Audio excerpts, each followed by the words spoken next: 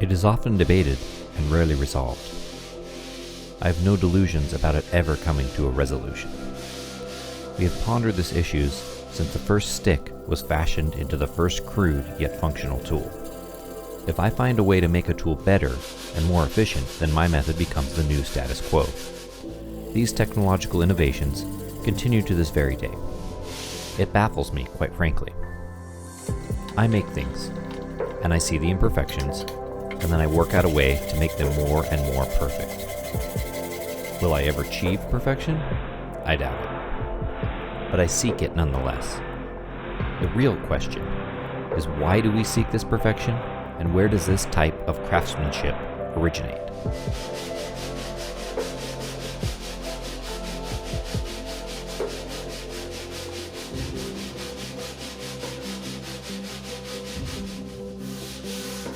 It's an interesting question, and in this vocation we have the luxury of a clear line in the sand, a deviation that defined the type of craftsman we aspired to be. Sure, folks continue with the previous styles, and there will always be some dedication to the historical practice. This line, however, might be drawn a bit further back than you may think. Perhaps you think the Industrial Revolution that leads ultimately to the CNC would be this line. And it's a defining time, but that's not the line I'm talking about. I'm thinking about the division between the Baroque period and the Classical period. The year 1730 may not come immediately to mind when you think of the work on this channel, but it has more in common with these changes in instrument design and construction than you may think.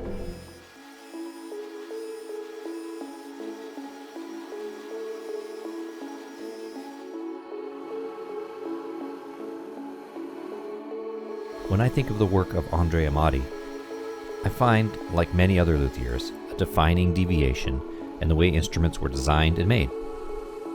Amati lived from 1505 to 1577. I know I just said 1730, and that's like 153 years after Amati's death. Well, like many things, it takes the rest of the world a bit of time to catch up.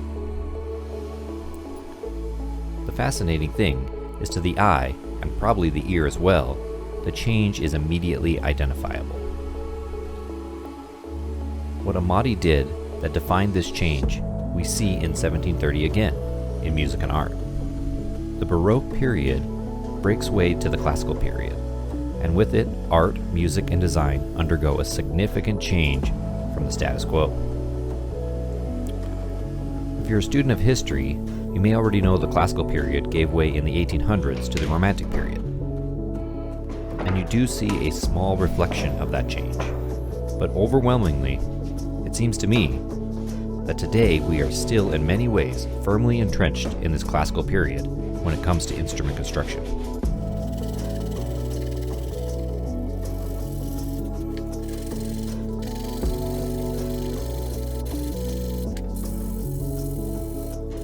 What does the Classical period mean to us anyways? How does it affect the way we make instruments today? First, we need to understand a little bit about the previous period, set the stage for these answers. The best translation of Baroque that I have found is very telling. Some define this term as a reflection of art, music, and design of the time. I find this definition weak. As I've stated, there is more than a small time gap in the design changes and the art and music reflections of those adaptations. A more apt definition is that of a misshapen pearl. This term, Baroque, it's a kind of disparaging jab. It makes sense to me. The design and music of this period are rich and ornamented, and at the same time imperfect and improvisational. Think about the way we play classical music today. Each note is precisely defined and orchestrated. In comparison to the Baroque period, many parts were changed and adapted by the players. Improvisation of figured bass was intentional. What the Classical period brings is more precision and discipline to the endeavor of design and construction of these instruments.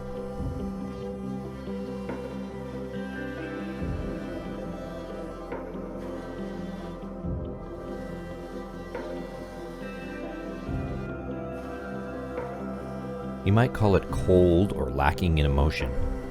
but I don't think that's true. There is art in everything we do. The attempt to achieve perfection, never attained, is inherent to creativity at some level. We embrace technological advancement and use it to our own means to improve our results. Yes, it does lack some spontaneity, as its concentration is more on preparation and dedicated training over many years. The results are tremendously beautiful.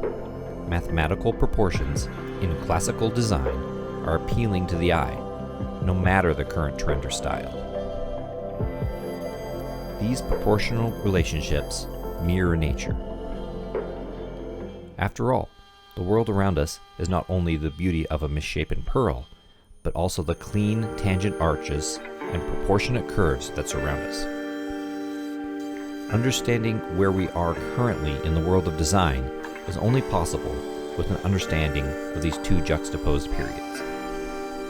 They complement each other, and we should know and understand them to properly reflect the intentions in the science-art hybrid we are amidst today.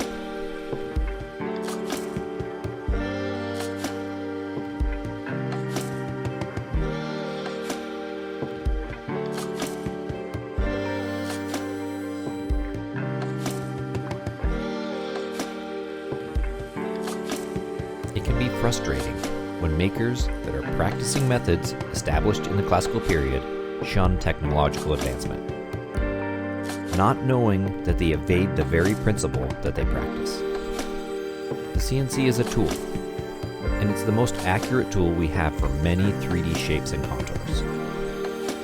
It will never replace the fine finish handwork necessary to make these objects truly beautiful. What it does is give us a reliable place to begin this work, and along with that, a chance to dedicate more of our concentration on finish work. The ability to enhance symmetry is vastly improved with the aid of the CNC. This is a task that makers like Amati strive for, and it eluded them just as it continues to evade us today. The understanding of precision and techniques from other disciplines allows us to grow and move closer to the ideal of perfection. When we fail, we can take pleasure in the beauty of our misshapen pearls. Thanks for watching.